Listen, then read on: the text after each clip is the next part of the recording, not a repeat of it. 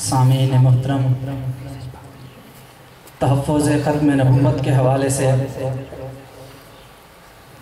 چند ملحوظات میں آپ کے گوش گزار کرتا چلا جاؤں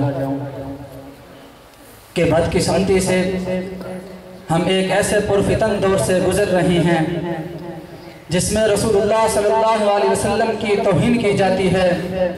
بالخصوص مغربی ممالک فرانس، ہالینڈ اور جرمنی میں آزادی اظہار کے نام پر آپ کی شان اقدس میں گستاخی کرتے ہیں اور توہین آمیز خاکے شائع کرتے ہیں۔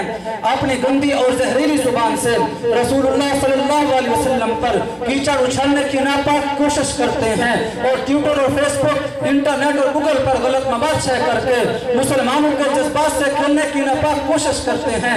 مگر افسوس ان 62 اسلامی ملکوں پر جو نام تو حضور علیہ السلام کا لیتے ہیں اور دعویٰ غلامی رسول کا کرتے ہیں، لیکن وہ اس معاملے میں چپ ساتھ لیتے ہیں۔ آخر ایسا کیوں؟ پھر ستم ظریفی اور ظلم تو یہ ہے کہ اسلامی جمہوریہ پاکستان میں بھی ایسے واقعات رونما ہونا شروع ہو گئے ہیں، اور مگر رسول اللہ صلی اللہ علیہ وسلم کی توہین کرنے والوں کو قانون ہونے کے باوجود سزا نہیں دی جاتی۔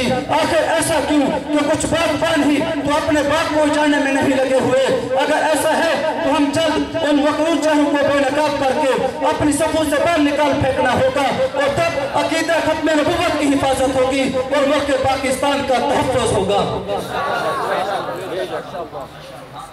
سامعین محترم، جس طرح آپ حضرات نے ختم نبوت کے عنوان پر تقریریں سنی ہیں جس میں طلباء کرام نے عقیدہ ختم نبوت کی اہمیت کو واضح کر دیا، اسی طرح دوسری نشست عوام الناس کے لیے بھی منعقد کی گئی ہے جس میں عقیدہ ختم نبوت کے حوالے سے آپ حضرات سے چند سوالات کیے جائیں گے۔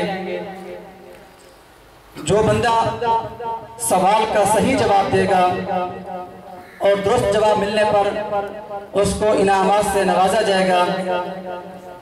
اب میں ان سوالات کرنے کے لیے دعویٰ دیتا ہوں اپنے مہمان خصوصی حضرت اقدس حضرت مولانا بشیر احمد صاحب کو کہ وہ تشریف لیں اور اس کارروائی کو آگے بڑھائیں۔